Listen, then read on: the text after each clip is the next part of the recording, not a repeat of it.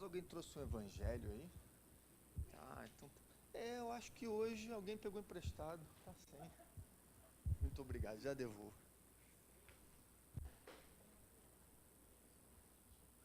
Porque às vezes vai para algum curso para fazer a abertura e fica perdido.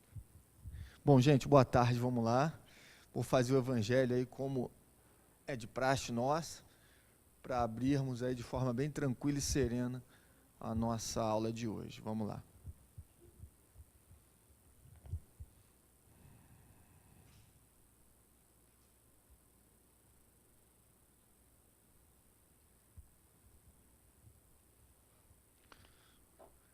O orgulho e a humildade. Que a paz do Senhor seja convosco, meus queridos amigos. Aqui venho para encorajar-vos a seguir o bom caminho. Aos pobres espíritos que habitaram outrora a terra, conferiu Deus a missão de vos esclarecer. Bendito seja Ele pela graça que nos concede, a de podermos auxiliar o vosso aperfeiçoamento. Que o Espírito Santo me ilumine e ajude a tornar compreensível a minha palavra, outorgando-me o favor de pô-la ao alcance de todos. Ó vós, encarnados, que vos achais em prova e buscais a luz, que a vontade de Deus venha em meu auxílio para fazê-lo brilhar aos vossos olhos. A humildade é virtude muito esquecida entre vós. Bem poucos seguidos são os exemplos que dela se vos tem dado. Entretanto, sem humildade, podeis ser caridosos com o vosso próximo? Oh, não! Pois que este sentimento nivela os homens, dizendo-lhes que todos são irmãos, que se devem auxiliar mutuamente e os induz ao bem. Sem a humildade, apenas vos adornais de virtudes que não possuís, como se trouxesseis um vestuário para ocultar as deformidades do vosso corpo. Lembrai-vos daquele que nos salvou, lembrai-vos da sua humildade, que tão grande o fez, colocando acima de todos os profetas. Bom, gente, a mensagem de humildade, não é que sempre Jesus demonstrou, não só ensinou, muito obrigado, não só ensinou, mas também nos demonstrou. A vida toda de Jesus foi a demonstração de amor e humildade. Obrigadão, Bruno. Amor e humildade. E todos os discípulos, depois, quando trouxeram também ali experiências, através das narrativas que nós conhecemos, da vida dos apóstolos e dos seguidores de Jesus, sempre a humildade era a diretriz de todos eles. Francisco de Assis não é diferente. A humildade que ele teve ao longo da vida, pelo que a gente até já viu até agora, é algo muito enriquecedor, né, como exemplo e como diretriz de vida.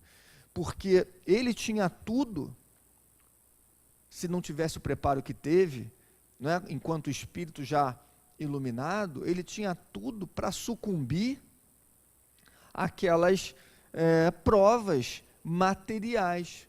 Não estaria livre disso, né? Apesar de um espírito iluminado, enquanto espírito encarnado, não é? As tentações batem à porta.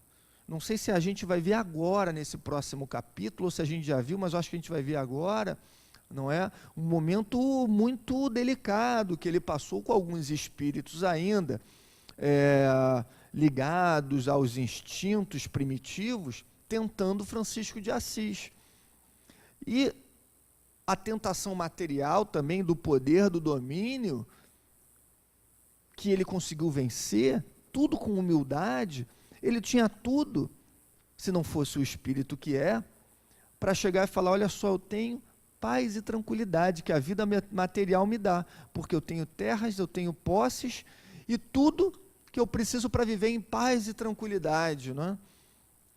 Seria o que qualquer pessoa aqui, nascida em berço de ouro, pensaria, eu tenho aqui a paz e a tranquilidade para me ver tranquilo o resto da vida. Não que isso seja um problema, talvez para ele, porque ele veio como um espírito missionário, Não é um problema, pelo contrário, você pode também se utilizar ali daquelas riquezas para poder propiciar um pouco de conforto para quem não tem nada, não tem nenhum problema, né?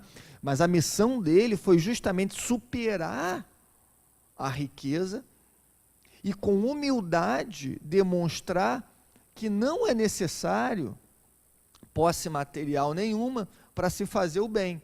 É claro que a posse do material, da matéria, do dinheiro, é um excelente instrumento para se fazer o bem. Mas até quem não tem a posse material consegue tranquilamente doar, porque doa mais do que quem tem a posse doa, porque doa de si. Doa de si. Quem tem a posse material doa do que lhe sobra, geralmente, né? O que não vai fazer falta, vai diminuir um pouco do que eu tenho, mas tudo bem, talvez eu não passe necessidade por conta disso, né? Para além disso, quem não tem nada, doa de si, e foi o que ele fez. Ele chegou a não ter nada, ele abriu mão de tudo, e doou de si, ele enquanto espírito missionário, né? Não se exige, e o próprio Evangelho fala, não se exige do espírito encarnado que se despoje de tudo, que se entregue à mendicância, para mostrar que venceu a prova. Vencer a prova da riqueza ou da pobreza, as duas situações são provas, as duas são provas, né? E os espíritos trazem que a prova da riqueza, ela é mais difícil do que a prova da pobreza, porque justamente infla o orgulho, o poder, o ter, o talvez se colocar numa situação diferenciada em relação aos outros, porque tem alguma coisa a mais, né? É uma prova muito mais dura para quem precisa trabalhar a humildade, não é? E a caridade também, de certa forma. A humildade é uma prova muito mais dura, porque é fácil ser humilde a pessoa que não nasceu ali com muitas posses, não adquiriu muitas posses ao longo da vida, né? Naturalmente, a sociedade a coloca num lugar de humilde. Agora, quando a pessoa tem posses, esse é que é o problema. Muitos se entendem, não todos, é claro, talvez nem seja a maioria, mas muitos se entendem numa posição diferenciada, como se por algum motivo fossem melhores do que os outros, não é? E aí nós temos essas situações vivenciadas, se vê muito hoje em dia, ainda mais com a internet, né? De uma pessoa humilhando a outra porque tem dinheiro e a outra não tem, dá comida e joga um copo de água na cara da pessoa, né? Para fazer chacota, como se isso fosse objeto de chacota, né? Um irmão que está precisando de alimento, dentre outras coisas que a gente vê, não é? Falta de humildade, eu acho que falta muita humildade para todo mundo. Também tem os humildes do mundo, humildes entre aspas, que não têm humildade nenhuma, né? Tem pessoas que não têm nada, mas também não têm humildade, talvez vieram dessa forma, nessa encarnação, justamente para trabalhar a humildade. Justamente para trabalhar a humildade. Conhecemos pessoas que muitas posses têm e são humildes, e pessoas que não têm posse nenhuma e não são. E não são. É uma questão de trabalhar, né? Trabalhar sempre a humildade, né? Para tentar combater o orgulho. A humildade é o soro para o orgulho. É o soro para o orgulho. E o orgulho, o espírito encarnado aqui tem. Nascendo em qualquer posição tem. Né? Tem que sempre ser trabalhado. Bom, vou fazer a nossa prece para a gente poder começar já na aula de hoje. Pai amado, Jesus nosso mestre querido, queridos mentores de Joana, nossa mãezinha querida, estamos aqui mais uma vez para podermos aprender sobre a vida do grande mestre Francisco de Assis, que tanto tem a nos ensinar, que tanto já nos ensinou pelo seu exemplo, por toda a humildade e a caridade que se fez encarnada aqui nesse mundo e que até hoje nos serve de norte. Que nós consigamos, durante a nossa conversa de hoje, abrir os nossos canais perceptivos para poder introjetarmos a verdadeira mensagem do Mestre Jesus e dos espíritos amigos que vieram aqui nos ajudar. Muito obrigado, graças a Deus. Bom, meus amigos, dando continuidade, se eu não me engano, eu posso estar até enganado, mas se eu não me engano, nós paramos no que seria o início do capítulo 20, não é isso? Aqui, não é? O encontro de Francisco com Clara.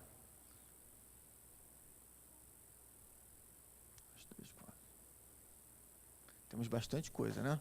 Bom, eu vou fazer o seguinte. Eu vou trabalhar algumas coisas aqui desses slides, mas de repente a gente não precisa ver todos, né? Porque a preocupação também é com o nosso tempo. Nós temos, se eu não me engano, mais 3 aulas. E já está no final. A gente já está mais ou menos, pela minha edição do livro, na página 319, 318. E são 390 páginas, né? Então dá. Mas talvez a gente precise apertar um pouco o passo, mas é claro que sem correr, sem deixar de trabalhar nenhum ponto importante. Aqui é o encontro de Francisco com Clara. Só lembrando que eles já se conheciam lá de Assis, não é? Porque eles são ali, enfim, contemporâneos daquela mesma, quase mesma faixa etária, não é? As famílias se conhecem. Se hoje em dia, numa determinada localidade, você já tem ali laços estreitos de pessoas, de crianças que se conhecem e as famílias que se conhecem, imagina naquela época, né? Imagina no século XII como não era. Então, ele já conhecia, mas depois de um certo tempo, afastados, eles se reencontraram nesse episódio aqui do capítulo 20, que vem demonstrar justamente essa sintonia que os dois tinham, essa sintonia que os dois tinham. Os dois que são contemporâneos de Cristo. Eles já se conheciam na encarnação em que viveram junto a Cristo. Ele como João e Clara. Quem era Clara? Joana de Cusa, que nada mais é do que a Joana de Ângeles, né? Então, eles que já se conheciam de longa data. É muito bacana a gente ter essa percepção, né? É muito bacana. Então, tudo bem. Na igreja de São Rufino, o primeiro encontro espiritual de Clara com Francisco. Ele, naquela noite memorável, se dispuseram a falar aos irmãos de Assis. Formosa, nos seus 17 anos, ela era dona de altos sentimentos que embelezavam e iluminavam a sua própria alma. Era dotada de candura inexplicável, sua formosura atraía os olhares por ser sua beleza uma nesga por onde passavam as claridades espirituais. Ele, que vivia na mesma cidade, vai falar que teve um contato como se fosse um primeiro contato. Ele se tocou bastante, ele se emocionou ao perceber como ela tinha crescido e a afinidade que eles tinham, né? Que na infância eles não tinham essa percepção ainda tão ampla como tiveram nesse encontro dessa igreja de São Rufino, né? Ao olhar para Clara, Francisco sentiu emoção diferente da que os jovens comumente sentem ao avistar o primeiro amor, porque era um amor, era um sentimento que transcendia o sentimento material, né? Imaginem almas afins, não é? Que tinham uma determinada ligação de vivências anteriores, e me parece, eu não tenho ainda relatos disso e nem estudo sobre isso. Se alguém até souber, é bacana até compartilhar aqui com a gente, mas me parece que mesmo antes da encarnação de Joana de Cusa e Francisco como João, seguidor de Jesus, antes, eles já deviam ter tido alguma encarnação próximos, né? Naquele mesmo contexto. Com certeza, na erraticidade, já tinham contato. Isso daí sem sombra de dúvidas. Todo aquele grupo espiritual que desceu à época em que Jesus encarnou, tinha um contato e uma sinergia, né, acontecendo ali entre eles. Não eram espíritos que ao acaso caíam do lado de Jesus ou próximo a Jesus, que vieram contribuir para com Jesus, não. Tinha ali todo um preparo da espiritualidade para que com Jesus, quando descesse, tivesse o amparo aqui material também necessário. Então, com certeza já se conheciam, né? Com certeza já se conheciam. Não sei se de outra encarnação, encarnado. Na erraticidade, com certeza, mas encarnado, vou até procurar saber, porque é algo interessante, né? A gente sabe que antes eles foram João e Joana de Cusa. Mas e antes disso? Será que foram alguma sei, tiveram alguma proximidade. Clara estava ali como uma flor ao encontro do sol, do vento e da água, e quando notou que Francisco a fitava, em demorada contemplação, esqueceu-se da vida, sentindo-se banhada por um sopro divino, envolvida pelo olhar que nunca mais esqueceu. Sua emoção espiritual transmutou-se em felicidade para Francisco de Assis, que deu continuidade ao seu sermão com serenidade. Minhas irmãs, meus irmãos em Cristo, disse Francisco, né? Além de fazer a vontade dessas almas que de todos esses lugares que nos pedem para pregar o Evangelho em suas terras, vamos cumprir outro mandato que o próprio Evangelho nos pede e nos ensina em favor dos que sofrem e dos que choram. Ouvi do nosso querido Frei Luís, que possui memória privilegiada, o registro de Paulo em sua primeira epístola a Timóteo, no capítulo 4, versículo 14. Não te faças negligente para com o dom que há em ti, o qual te foi concebido mediante profecia, com a imposição das mãos de presbítero. Vamos impor as mãos nos enfermos, pedindo a Deus para eles a cura. Vamos impor as mãos nos endemoniados para libertá-los das angústias. Vamos impor as mãos sobre os encarcerados para que eles melhorem os corações e sobre os infortunados para aliviar os seus fardos. Olha só que interessante, o que a gente consegue pegar daqui? Ele já trabalhava aqui com a ideia de passe magnético que até hoje a gente utiliza. Até hoje a gente utiliza. Aqui no Espiritismo, em outras religiões, em outras filosofias, como o Reiki, por exemplo, cura prânica, não é?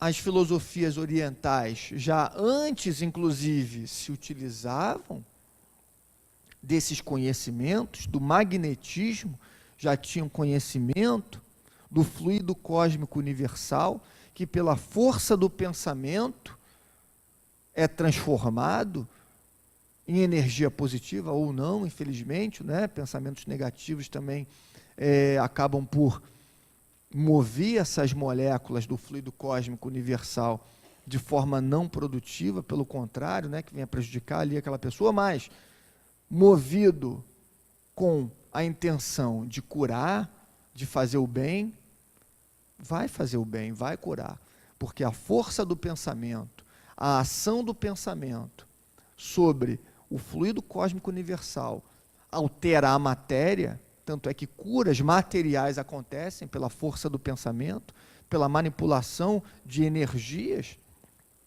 Tem um livro muito interessante, são dois livros, na verdade, do Robson Pinheiro, dentre inúmeros outros, mas que eu já li e acho bacana. Um é chamado Energia, do Robson Pinheiro.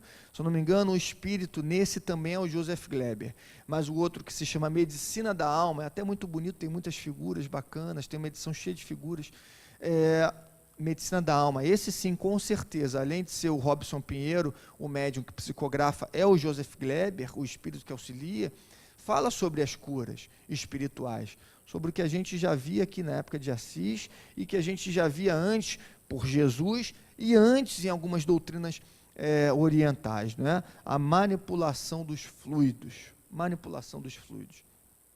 E aqui, dois pontos que eu achei interessante, né? Que ele fala sobre os endemoniados. Que processo é esse? Que ele chama aí de endemoniador, né? De endemoniado, né? Que processo é esse que hoje nós teríamos uma ideia de obsessão? Lembrando só de uma coisa, na época se utilizava esse termo endemoniado. Não é? Hoje em dia não se utiliza mais esse termo demônio nem endemoniado, não aqui pelo Espiritismo, mas na época era muito comum. Lembrando que aqui a gente está o quê? Século XII, se eu não me engano, século XII, Idade Média.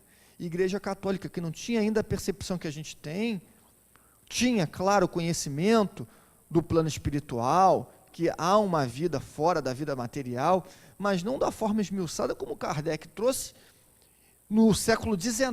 Olha quantos séculos depois.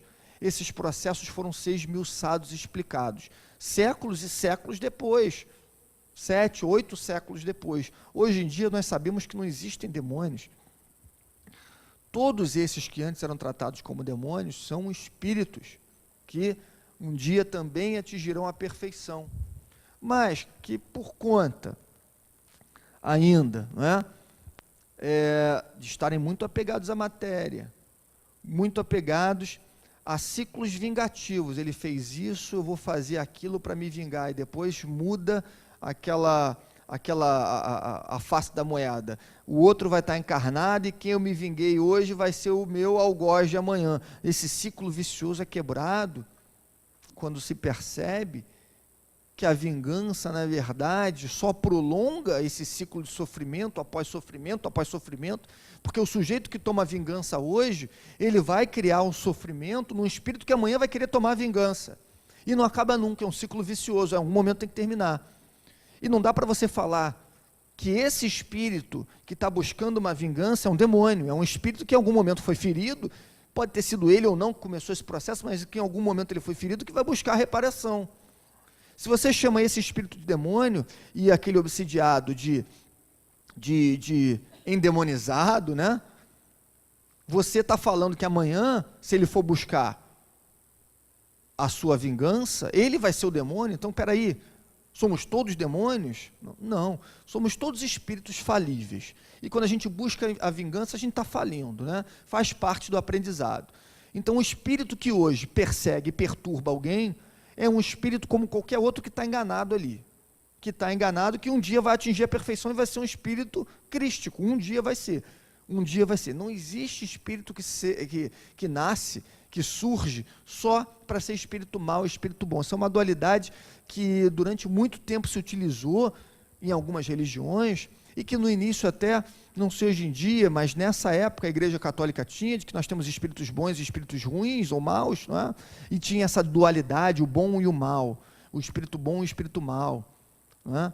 Lúcifer, que era da plenitude, caiu e ele foi relegado ali às profundezas do mundo, do plano espiritual, porque é um espírito que traiu ali a causa. Lúcifer, aquele que vem da luz, não é? É um anjo caído. A ideia hoje é bem diferente, né? Uma pessoa que está passando por um processo obsessivo, realmente precisa de tratamento. Esse tratamento vai ser feito observando o obsidiado e o obsessor. Os dois são vítimas, em algum momento os dois são vítimas. É que agora aquele obsessor está sendo o algoz e aquele obsidiado está sendo a vítima, mas em algum momento isso aconteceu, né? Esse processo todo de vingança aconteceu. Então, hoje em dia, a percepção é diferente, é de esclarecimento. Os espíritos são trazidos aqui para a mesa de desobsessão, para poder receber o esclarecimento e para que aquele encarnado se desvincule também daquele obsessor, porque muitas vezes o obsessor se desvincula do encarnado, mas o encarnado não consegue se desvincular do obsessor, né? Dependendo do processo de obsessão, o obsessor fala: olha, eu estou sendo trazido aqui pela terceira vez, vocês vão lá, vai a equipe aqui da casa, falando de espíritos do bem, eu já compreendi que eu não tenho que fazer mais nada com esse sujeito, com ninguém, eu estou procurando inclusive melhorar, mas ele não deixa. Ele continua nutrindo pensamento X nessa direção que acaba me atraindo. Eu não estou conseguindo me desvencilhar dele. Agora, quem obsedia quem, se a gente parar para pensar? Né? Quem obsedia quem? Por isso que não dá para a gente trabalhar com essa ideia de um sujeito que está sendo endemoniado, né? Ou tem um demônio de um lado e uma vítima do outro. Todos são vítimas, né?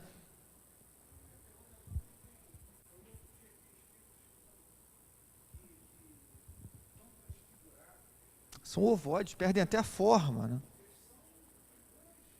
São. Sim, a licantropia, esse é o fenômeno da licantropia.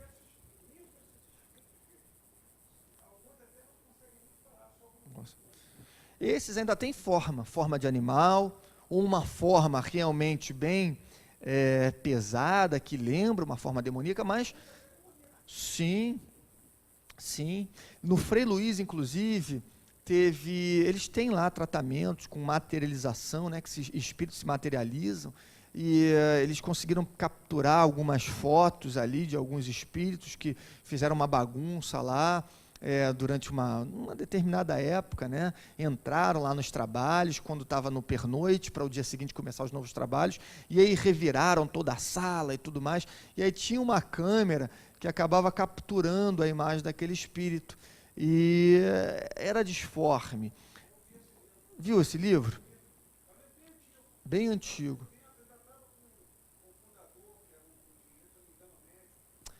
Como é que é o nome dele? Vou lembrar o nome.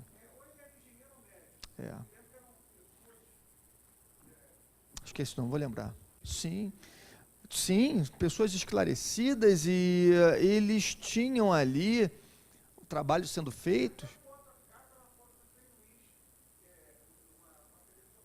Materialização dele lá, né? Sim. Aqui a gente chegou a ter esse livro, se eu não me engano, na nossa livraria tem muito tempo, eu não vejo mais por aqui. Né? Mas eu vejo que tinham até médicos que se materializavam e mostrava ali a forma do sujeito com jaleco, com a máscara de médico, interessantíssimo. E por que eles têm essa forma? Porque eles plasmam no perispírito o teor energético da mente. A mente está ligada em vingança, está ligada em raiva, e pensamentos e sentimentos primitivos, eles moldam aquela forma física. Porque espíritos iluminados têm uma beleza que é indescritível, não se consegue descrever. Porque os sentimentos deles são sentimentos indescritíveis, talvez que nós não tenhamos sentido ainda, não é? A felicidade que se alcança chegando perto de um espírito desse, né? O perfume que esse espírito deixa no ambiente pelo qual ele passa, é indescritível, nada na natureza a gente consegue equiparar para poder descrever. Mas até esses serão espíritos perfeitos, serão crísticos, espíritos crísticos, que chegarão lá, já no patamar que Jesus chegou. Por isso que categorizar, hoje em dia, é muito difícil de ser feito, né? É muito difícil. O que acontece é o seguinte, que tem espíritos que ainda são ignorantes, que precisam de esclarecimento, e vão ter. Ah, mas é muito rebelde. Um dia vai ter. Pode demorar muito, mas vai ter. Isso daí, sem dúvida nenhuma. Todos os livros da doutrina espírita nos apontam essa direção, né? Desde o Pentateuco até os livros posteriores, até hoje, a psicologia espírita nos aponta como a perfeição como sendo o objetivo de todo e qualquer espírito, né? Mas é interessante a gente perceber como era a visão antigamente e como eram rituais pelo menos chamava antigamente, né? Não nessa época, mas um pouco depois, de exorcismo. O que era o exorcismo? Você expulsar, você relegar aquele espírito ao plano de onde ele veio, lá para a dor, para a raiva. Hoje em dia, a ideia é salvar o obsidiado e também o obsessor, que precisa de tratamento, e igual tratamento, que pode ter uma forma animalesca, pode. Quem sabe não foi esse encarnado, obsidiado, que fez com que ele também tivesse essa raiva toda. Ninguém faz com que o outro tenha raiva. É verdade que a raiva é um sentimento próprio, mas que desencadeou essa raiva no outro, né? Quer dizer que só um precisa de tratamento, o outro vai ser expulso, relegado, como a gente vê em filme. Sai daqui, fulano, volta para onde você veio. E quer dizer então que o destino dele é esse, é ficar sempre lá? Não é, não é. Pelo menos não é essa a visão que a gente tem aqui no Espiritismo, né? Que os espíritos aqui nos trazem. Mas é interessante a gente perceber isso, né? Bom, uma outra coisa aqui, ó. Vamos impor as mãos sobre os encarcerados para que eles melhorem os corações, e sobre os infortunados para aliviar os seus fardos. É do agrado de Jesus Cristo que nos confraternizemos uns com os outros, amando os nossos semelhantes como a nós mesmos, e amando igualmente a Deus. Aqui ele fala que o amor é necessário para um lado e também para o outro. Num processo desobsessivo, você só consegue atingir um êxito num trabalho se você tiver amor de um lado e também do outro lado. O médium, a equipe, os espíritos que trabalham nesses procedimentos de desobsessão, se não tem amor para os dois lados, se também não conseguem nutrir compreensão, amor, pelo menos como compreensão para aquele espírito sofredor ali, que está atrapalhando a vida de um encarnado, se ele trata como sendo um espírito de sua menos importância, que precisa ser afastado, relegado, não está sendo feito trabalho desobsessivo, porque ele volta.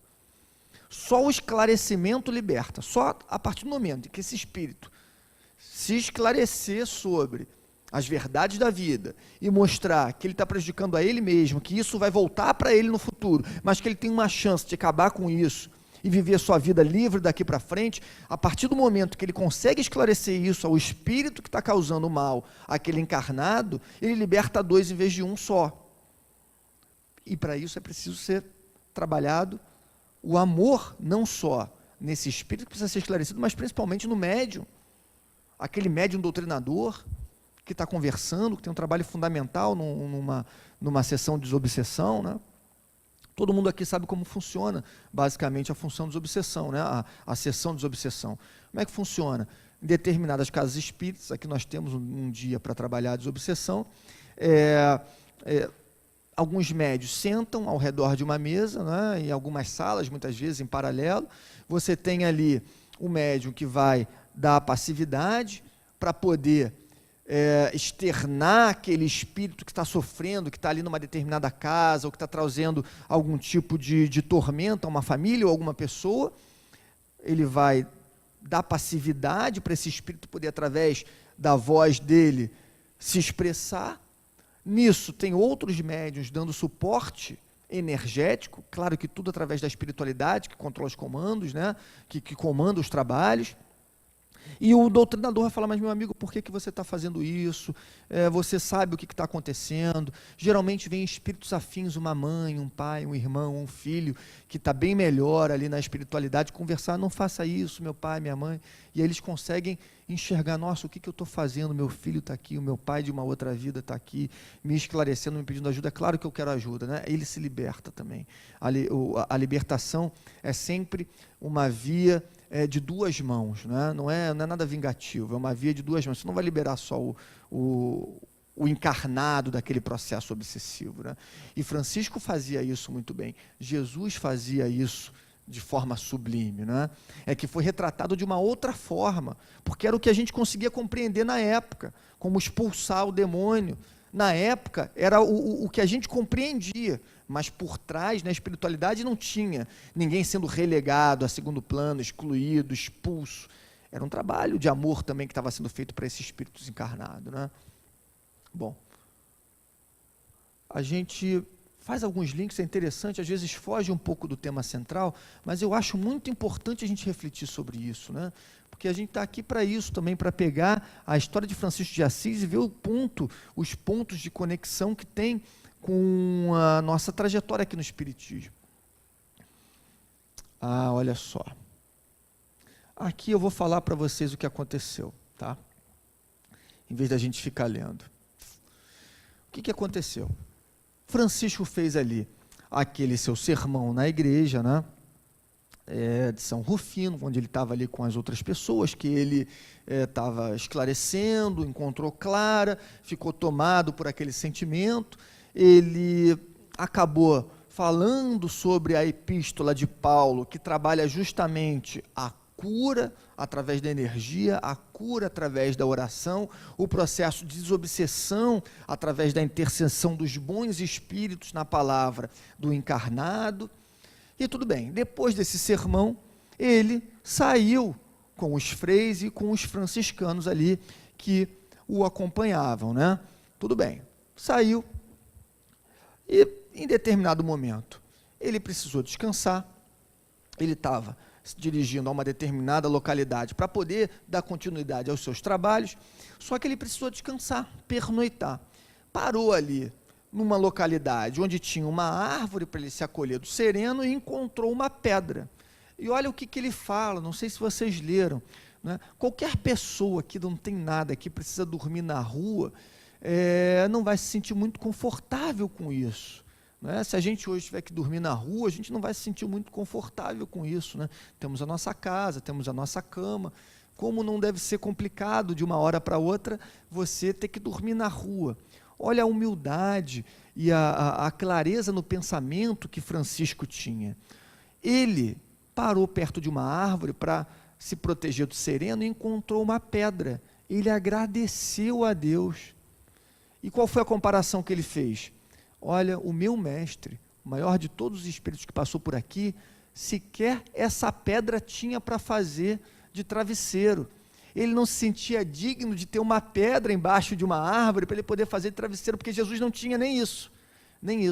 E ele agradecia, sempre agradecia a Deus. Ele não tinha nada material, ele tinha se despojado de tudo, da riqueza, do luxo e do conforto, e estava agradecendo por ter encontrado uma pedra para fazer de travesseiro. Olha a humildade desse espírito, a grandeza desse espírito, o que muitos interpretam como sofrimento, como infortúnio, como desgraça, ele dava glória, ele agradecia a Deus, né? Grandeza, isso é grandeza. Grande Edu. Até aí tudo bem. Se deitou, estava em oração. Em determinado momento, quem chega perto de Francisco ali, para poder conturbar ali aquele momento que ele estava tendo de paz e de oração? Uma falange de espíritos que ainda estavam ligados, muitos à matéria, e queriam perturbar, queriam afetar o trabalho que estava sendo feito. Porque sempre que você tem um trabalho do bem sendo feito, alguns espíritos se sentem incomodados, ainda aqui nesse nosso orbe, né, que nós temos muitos espíritos extremamente brutos ainda, né, desligados da carne, mas ainda extremamente brutos, queriam atrapalhar, porque se comprazem nisso, em atrapalhar o bom trabalho, o trabalho do bem que está sendo feito. Por isso que é importante a gente sempre estar nos cursos e nas palestras aqui na Casa Espírita, ou qualquer casa espírita, qualquer templo religioso que fale de Jesus e trabalhe com a ideia de se fazer o bem e a caridade, porque com esse trabalho, com esse acompanhamento, estamos sempre protegidos, né? Aí só depende da gente ter bons pensamentos ou não, pelo menos os espíritos fazem a parte deles. E Francisco estava muito bem acompanhado de espíritos de extrema grandeza, inclusive espíritos que tomavam conta da natureza onde eles estavam ali descansando. Esses espíritos perceberam essa falange ainda muito brutalizada, se aproximando de Francisco, e falaram: olha só, é uma prova que ele precisa, deixa.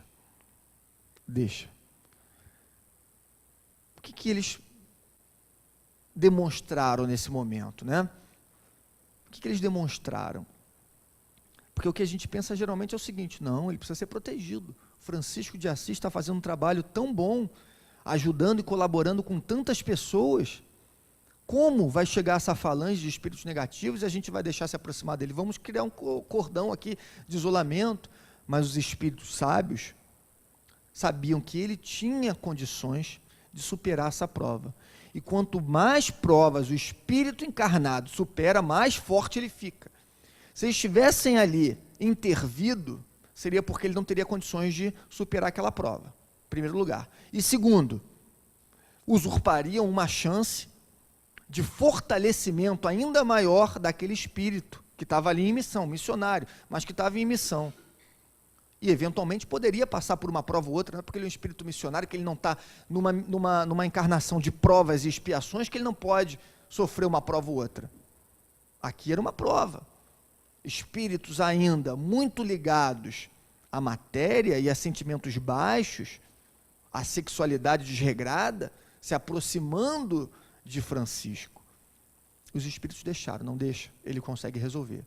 E ele passou por um momento muito complicado, onde espíritos conseguiram quase que paralisá-lo ali na matéria. Ele não conseguia, durante um pouco tempo, né, um pequeno período de tempo, se movimentar, ele não conseguia imediatamente reagir, mas entrando em oração imediata, e esse é o remédio para tudo, oração imediata, ele se conectou com a divindade, se conectou com Jesus Cristo, amparo para ele não faltou em nenhum momento, ele precisava passar por essa prova, ele se desvinculou daqueles espíritos que estavam procurando ali desequilibrar todo aquele ambiente, atrapalhar os seus trabalhos, e a partir daí ele se fortaleceu mais e conseguiu passar por mais essa prova, foi tomar um banho de rio logo depois. Vocês chegaram ali essa parte? Não.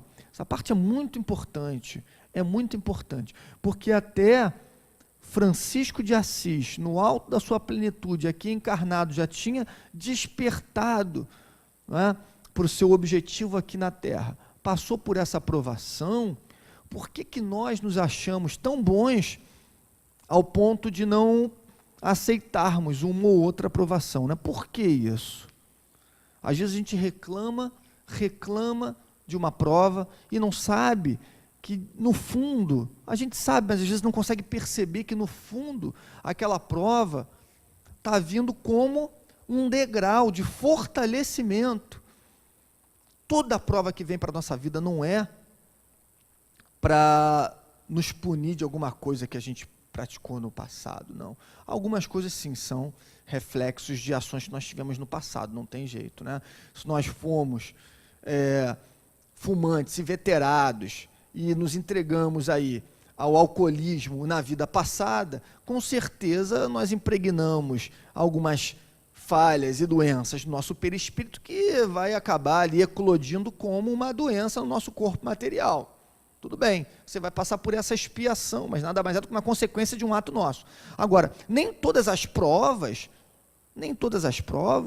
nos servem como pagamento. Nossa, estou fazendo isso para pagar. Porque o espírita tem muito essa ideia, né? Estou fazendo isso para expurgar. Essa é uma mentalidade que havia na Igreja Católica na época, que não se adequa muito bem ao que a gente aprende aqui no Espiritismo, não é? Ninguém precisa pagar por nada. O sofrimento que a gente passa ou é consequência de atos passados ou de atos presentes, não é? E nós passamos por provas justamente para nos fortalecermos cada vez mais. Se Francisco passou, por que nós não passaríamos, né? Eu achei muito interessante essa parte, né? Ele rogava mentalmente, chorava qual criança com fome. Depois da oração, conseguiu levantar-se e falar, ou seja, ele estava paralisado. A influência desses espíritos, consentida pela alta espiritualidade, né, tudo consentido, foi tão grande que ele ficou paralisado, mas o pensamento dele ninguém controlava. Imediatamente ele se conectou e conseguiu se liberar daquele problema, não é? E avançou um pouco para frente, pensando em Jesus, retirou o cordão sagrado, jogou sem piedade e ele acabou até se ferindo aí o órgão genital. Não que isso hoje em dia seja uma diretriz a ser seguida, né? Francisco, na época, teve essa reação que, na verdade, foi um ímpeto espiritual que ele precisou ali ter para demonstrar para ele mesmo que a sua vontade em vencer está acima da matéria ou de qualquer dor física, não é? Antigamente se utilizavam cilícios, né? As pessoas se apertavam na perna, nos braços, com correntes para poder sangrar e sentir dor material, para poder livrar a alma. Hoje em dia não se tem mais essa visão, né? Não, pelo contrário, está fazendo um mal à matéria, vai fazer um mal ao seu espírito também. Mas nesse caso, foi um ato de demonstração de superioridade sobre a matéria. Superioridade. Deu mais alguns passos em pleno colóquio com os céus e, notando a sinistra comitiva ao seu lado, ajoelhou-se novamente no solo e com dificuldade fez uma rogativa em voz alta a Deus. Meus amigos, dando um salto aí nesse capítulo 20, né, eu achei 2 pontos interessantes. Que tratou sobre essa experiência que ele teve com esses espíritos aí ainda muito embrutecidos, que ele conseguiu, pela oração, se desvincular e seguir o seu caminho.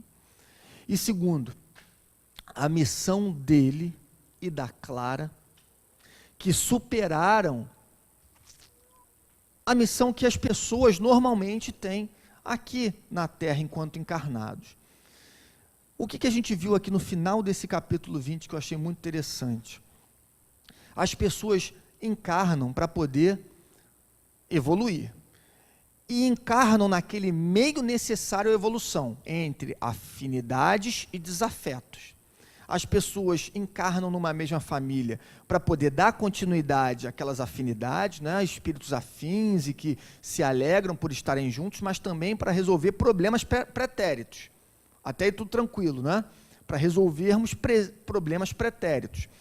E o homem aqui encarnado, que pretende constituir uma família, se reunir com a esposa se reunir com aquele marido, ter os seus filhos, criar esses filhos também de acordo com as diretrizes que a boa palavra de Cristo nos traz, é uma missão do homem comum aqui na Terra.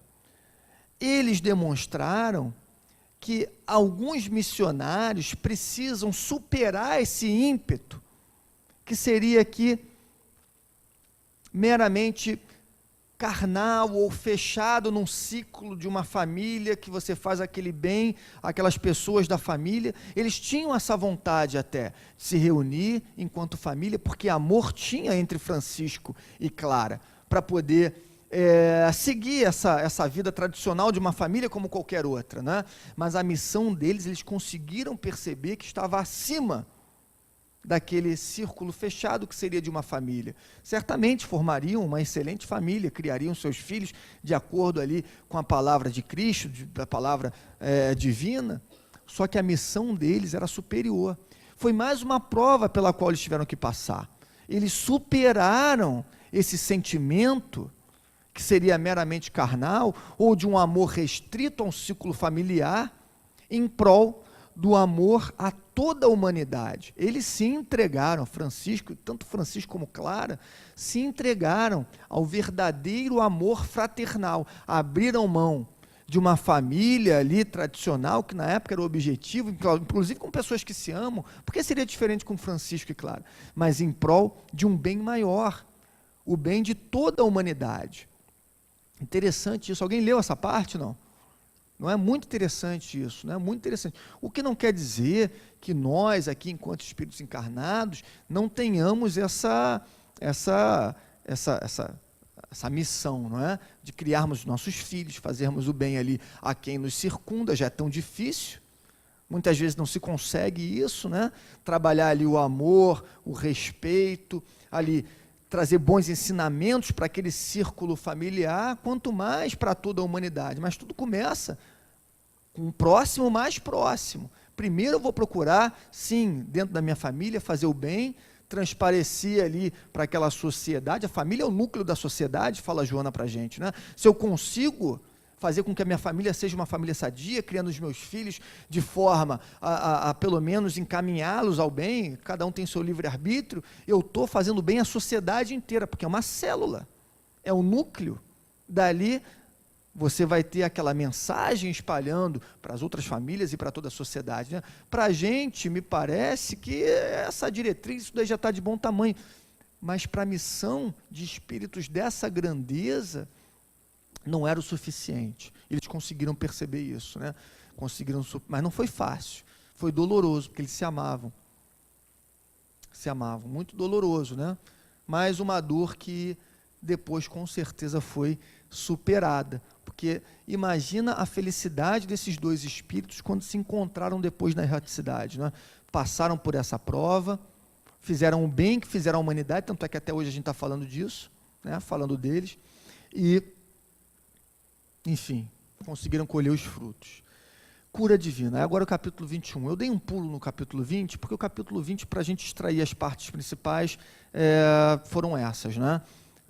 Essas curas que eles faziam, os ensinamentos aí de Paulo, através das suas cartas aí, trabalhando com todo esse processo que hoje a gente conhece como desobsessão e passes magnéticos para a cura da matéria, e também essa superação de Francisco, não é? Agora, a cura divina. Muito interessante esse capítulo da cura divina. Isso aqui a gente precisa ter um pouco mais de tempo para trabalhar ele, né? São várias as maneiras pelas quais se processa a cura dos enfermos. Nos casos operados por Jesus e os apóstolos foram curas instantâneas, nas quais, como por encanto, as enfermidades desapareciam rapidamente. Né? Para essa operação é preciso grande saber espiritual, conhecer os fundamentos da vida do enfermo e, por vezes, modificar algo em sua mente, a fim de que ele mude o modo de pensar e de agir. A enfermidade é a fermentação de muitas existências vividas. Desregradamente é a resposta à consequência. Por isso, a dor, em certas circunstâncias, é a própria cura. Todo aquele mecanismo que a gente viu da psique humana, lembram que a gente colocou aquela pirâmide aqui no quadro, com a camada mais material do espírito, que vai ali entrando até chegarmos à essência espiritual. Lembram daquele quadro que a gente fez aqui? É um quadro, se não me engano, foi do Jorge Andréas que eu trouxe o livro. Jorge Andréas. Ele nos explica que todas as enfermidades que nós temos são criadas por nós mesmos, ou por experiências dessa vida, ou de vidas passadas. Todo o mal que eu causei, ou a outrem, ou a mim mesmo, fica armazenado no meu inconsciente pretérito principalmente. E ele vai eclodir, ele vai se transferir para a camada mais externa, que é a minha matéria, duplo etérico, perispírito e também o meu corpo material.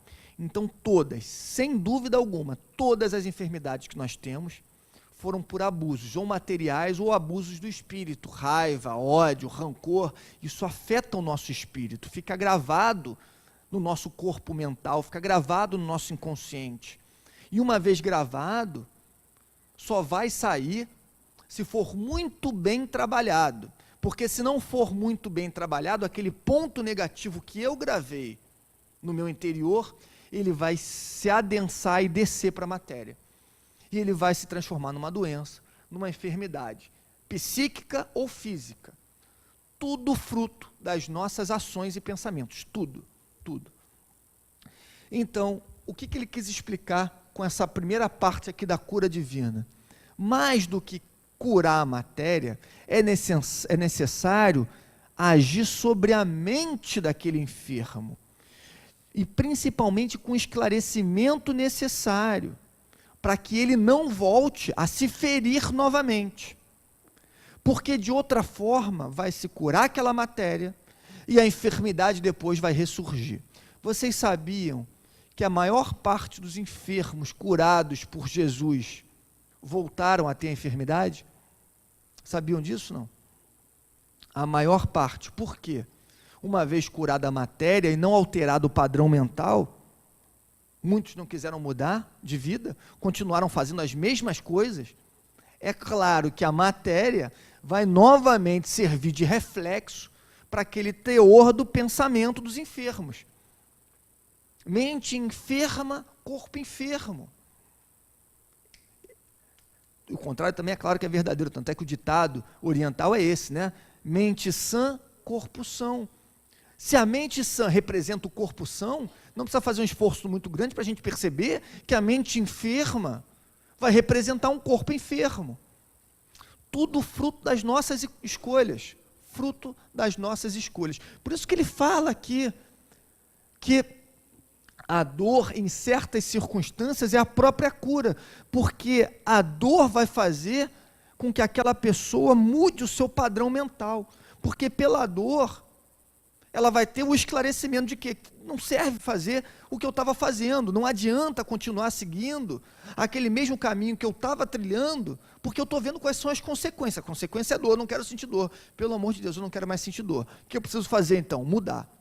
Olha só, com uma dor, por vezes será a cura. A dor que a gente tanto reclama, por vezes será a cura. Mais para frente, nesse capítulo, quem leu vai saber do leproso que foi curado e se tornou frei, seguidor de Jesus. Mas ele alterou o seu padrão mental? Não. Exatamente. Depois ele pediu. Por quê? Qual é a ideia? dessa lepra, da dor ou de qualquer enfermidade? Fazer com que você reflita e altere o seu padrão mental, você altere o seu sentimento. Pela dor você consegue alterar o seu sentimento se sublimando. A dor faz com que o indivíduo se sublime.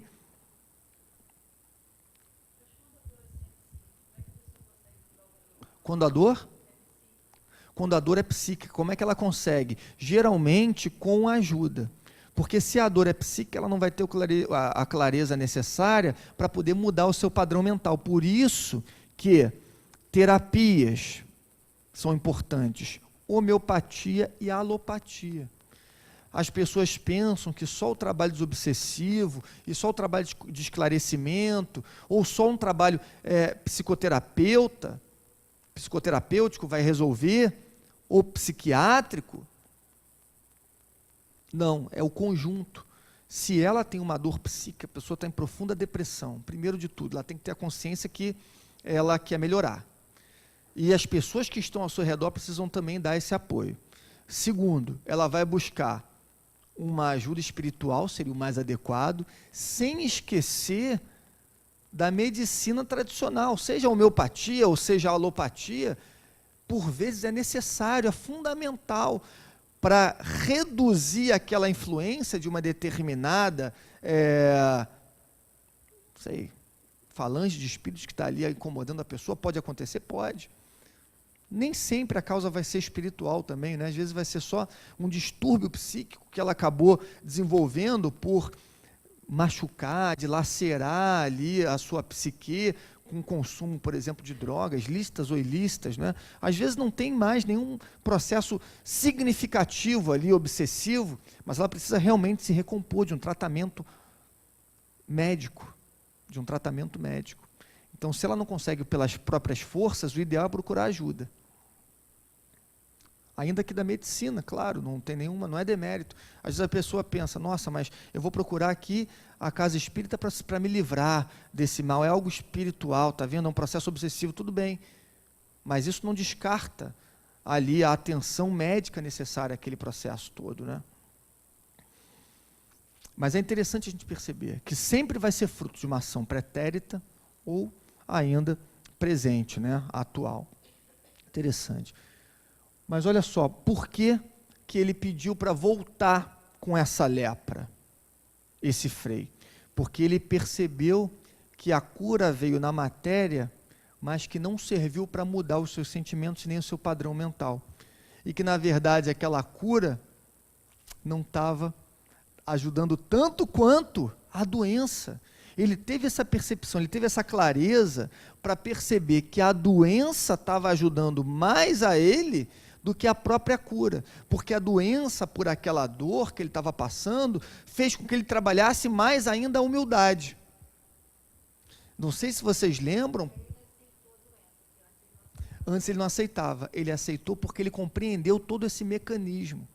E 8 anos depois, parece, ele desencarnou, mas livre, não só dessa dor, como também desse sentimento, desse padrão mental ainda muito preso à raiva que ele tinha, né? Esse destempero todo. A gente vai ver ainda mais para frente, mas é interessante, interessantíssimo. Bom, gente, vamos fazer a prece de encerramento, né, para a gente, já na aula que vem, dar continuidade. Esse é um capítulo que a gente precisa perder um tempo com ele, porque é muito importante, esse capítulo 21, a cura divina. Então, na aula que vem a gente começa e dá continuidade a ele, né? Vamos fazer nossa prece. Alguém quer fazer a prece? Não? Então eu faço.